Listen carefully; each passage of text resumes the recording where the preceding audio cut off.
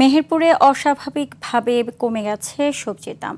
উচ্চ মূল্যের সার ও কীটনাশক দিয়ে আবাদ করেও খরচের টাকা উঠছে না কৃষকদের। এতে দিশেহারা হয়ে পড়েছেন তারা। অন্যদিকে মধ্যস্বত্বভোগীদের দৌড়াতে খুচরা বাজার থেকে দ্বিগুণ দামে সবজি কিনতে হচ্ছে ক্রেতাদের। মেহেরপুর থেকে মাজেদুল হক মানিকের প্রতিবেদন, জানাচ্ছেন লামিয়া তানজিন মাহমুদ। 25 টাকা কেজি পটল, প্রতি কেজি করলা ও প্রতিটি লাউ 20 টাকা, পেঁপে 8 টাকা, চাল কুমড়া 8 টাকা। মেহেরপুরে 2 সপ্তাহ ধরে এমন দামে এই সবজি বিক্রি করছেন চাষিরা।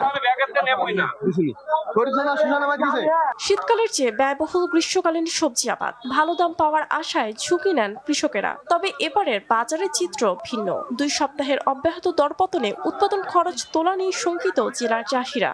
আর লাইন ধরেও আমরা বাঁচিনি। এই চাষি কি মরবো না বাঁচবো না গলায় দড়ি দেবো? সার কিনে 2000 টাকা বস্তা, চাষি কোনে থাকছে? চাষি দিলে কে কি করছে? এই দামে আমরা তো চলাফেরা করা খুব সমস্যা হয়ে যাচ্ছে আমাদের। পাইকারি বাজারে কাঙ্ক্ষিত দাম না পেলেও খুচরা বাজারে বেশি দামে বিক্রি হচ্ছে সব ধরনের সবজি। বাজারে এসে এই করলা দাম 20 টাকা 25 টাকা, কিন্তু বাজারে যারা সাধারণ মানুষ কিনে খায় তারা তো ঠিক 60-70 টাকা কিনে খাচ্ছি। চাল কুমড়া 5-6 টাকা পিস বিক্রি হলো, কিন্তু হাটে এসে দেখছে চাল কুমড়া 20 টাকা, আবার ঢাকাতে শুধু 60 টাকা। 1 কেজি পটল চাষি যাচ্ছে 30 টাকা কেজি, আমরা সেই পটলটা এখানে কিনে খাচ্ছি 60-65 টাকা কেজি। যাই কিন্তু 60 টাকার কমে না, কিন্তু আমরা কোনটি যে চাষিরা দাম পাইছি না। এমন দরপতনের কারণ জানতে চাইলে সদুত্তর মেলেনি আড়তদারদের কাছে।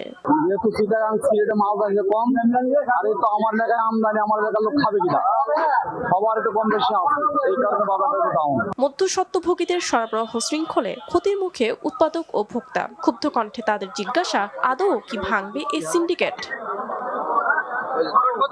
লামিয়া তানজিন মাহমুদ, RTV।